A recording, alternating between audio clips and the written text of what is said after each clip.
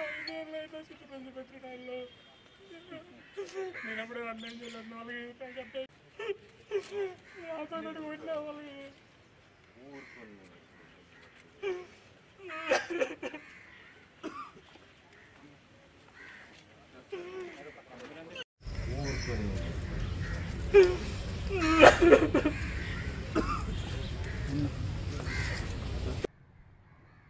ఆత్మకూరు మండలం తోపుదుర్తి గ్రామానికి చెందిన మహేశ్వర్ రెడ్డి అబ్బాయి చిన్న వయసు ఉన్న చాలా చలాకీగా పిల్లలతో కలిసి బాగా మంచి చదువరి పిల్లలతో అందరితో కలిసి బాగా యాక్టివ్గా ఉన్న పిల్లవాడు. అంటే నాకు పరిచయం ఉన్నంత వరకు ఆ అబ్బాయిని చూస్తే మన ఇంట్లో పిల్లలు ఆ వయసు పిల్లలు తిరుగుతూ ఎటువంటి కల్మషం లేకుండా తిరుగుతా అంటే వాళ్ళు ఎలా అనిపిస్తుందో మనకు అటువంటి క్యారెక్టర్ ఉన్న వ్యక్తి, అందరితోనూ మమేకమయ్యే వ్యక్తి, ముందుకెళ్ళే వ్యక్తి. 2019 తర్వాత మామూలుగా ఫ్రెండ్ సర్కిల్లో అందరూ కలిసి వచ్చినప్పుడు రోజు రావడము, మాకు కూడా పరిచయం అవడం, జనరల్గా ఫ్రెండ్ సర్కిల్లో పరిచయం అయినాడు, మామూలు కలిసిపోయాడనే ఒకే ఒక నెపంతో ఆ పిల్లోడిని చాలా ఇబ్బందులకి ఆ రోజున్న ప్రభుత్వం వైఎస్ఆర్ ప్రభుత్వంలో లోకల్గా ఉన్న ఎమ్మెల్యే కావచ్చు, వాళ్ళ అన్నదమ్ములు కావచ్చు, విపరీతంగా ఇబ్బంది పెట్టడము, కేసులు పెట్టించడము, కొట్టించడము, వాళ్ళ రెవెన్యూ రికార్డ్స్లోంచి భూములు తీసేయడము, ఈ రకంగా ఎన్నో ఇబ్బందులు పెట్టుకుంటూ పోయిన పరిస్థితులు కూడా చూసాము. కానీ అప్పుడున్న పోలీసు వరకు ఆ అబ్బాయికి నచ్చ చెప్పుకొని మనం ఈ రకంగా కాకోకుండా మనం ఏదైనా టైం మంచిది కాదు, ఈ రకంగానే ముందుకు పోండి, ఏం అవసరం లేదు అని చెప్పి, ఏమి వచ్చే పని లేదు, రాజకీయాలతో పని లేదు, ఏదైనా నీ భవిష్యత్తు బాగుంటే నువ్వు ఎక్కడున్నా సరే మేము కూడా హ్యాపీగా ఉంటామని చెప్పి ఆ పిల్లోడికి అబ్బాయికి చెప్పడం, ఆ అబ్బాయి కూడా దాన్ని అర్థం చేసుకొని ఉండడము, ఈ రకంగా ఏదైనా సరే చెబితే వినే వ్యక్తి, ఆలోచన చేయగలిగిన వ్యక్తి, అంతో ఇంతో వాస్తవంగా చెప్పాలంటే ధైర్యంగా ఉండగలిగిన వ్యక్తి.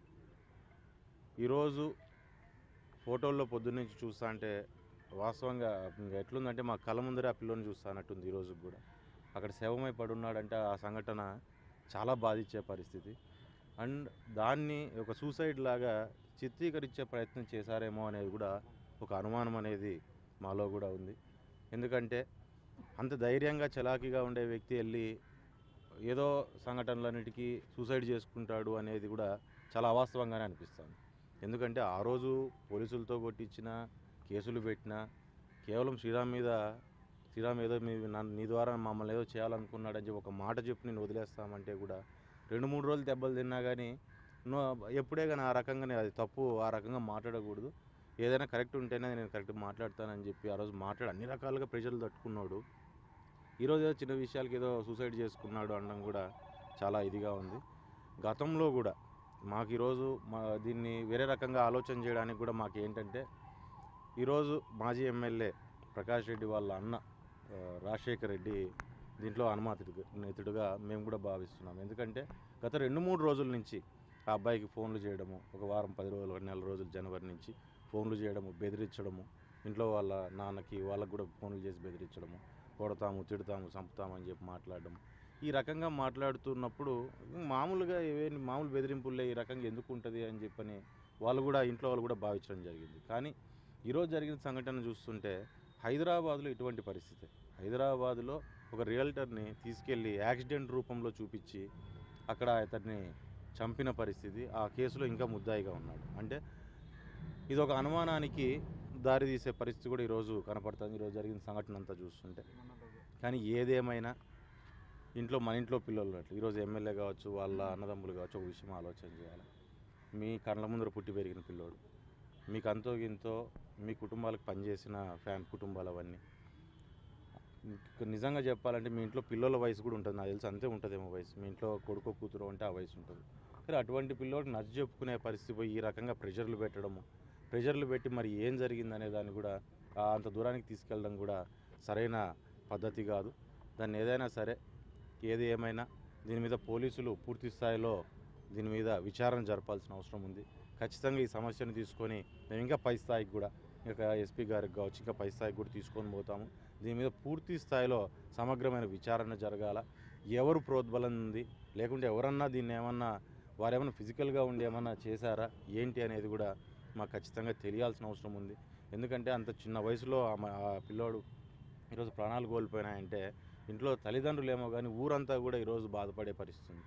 ఊరంతా కూడా కళ్ళ ముందు నిన్న మొన్న తిరుగుతాను పిల్లోడు ఈరోజు లేడు అంటే చాలా బాధాకరమైన పరిస్థితి. దాంట్లోనూ ఏదో యాక్సిడెంటో ఇంకోటో జరిగిందంటే ఇంకో రకంగానే ఈ రకంగా జరగడము, ఆ రకంగా బాడీ అక్కడ పడుండడం ట్రాక్ పక్కన చూస్తుంటే కూడా ఈరోజు గ్రామస్తులు కావచ్చు, మండలంలో నాయకులు కావచ్చు, మొత్తం నియోజకవర్గమే ఈరోజు ఒక బాధలో మునిగి తేలే పరిస్థితి ఆ ఫోటోలు చూసినప్పటి నుంచి పొద్దున్న నుంచి. ఖచ్చితంగా దీని మీద అంత సులువుగా ఇడిచిపెట్టే పరిస్థితి ఏం లేదు. ఖచ్చితంగా పూర్తి స్థాయి విచారణ చేస్తాము.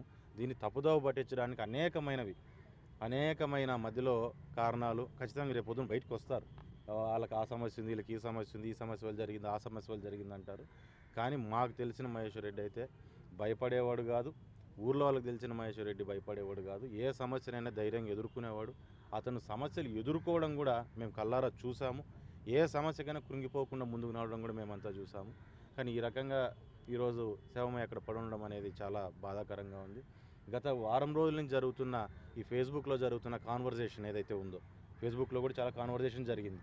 ఫేస్బుక్లో కూడా ఆడ జరిగిన కాన్వర్జేషన్ని దాంట్లో ఎవరెవరో స్టేట్మెంట్లు ఎవరైతే ఇది చేశారో అవన్నిటిని కూడా తీసుకోవాలి, అవన్నిటిని కూడా ఎవిడెన్స్గా తీసుకొని అవన్నిటి మీద కూడా కరెక్ట్ విచారణ జరిపించాలి. ఇందులో నిందితులు ఎవరైతే ఉన్నారో వారి మీద పూర్తి స్థాయిలో ఖచ్చితంగా చట్టం కూడా పోలీసులు కూడా చర్యలు తీసుకోవాలని కోరుతున్నాం. ఈ సమస్యను పైదాకా తీసుకెళ్ళి ఖచ్చితంగా దీనికి ఒక సొల్యూషన్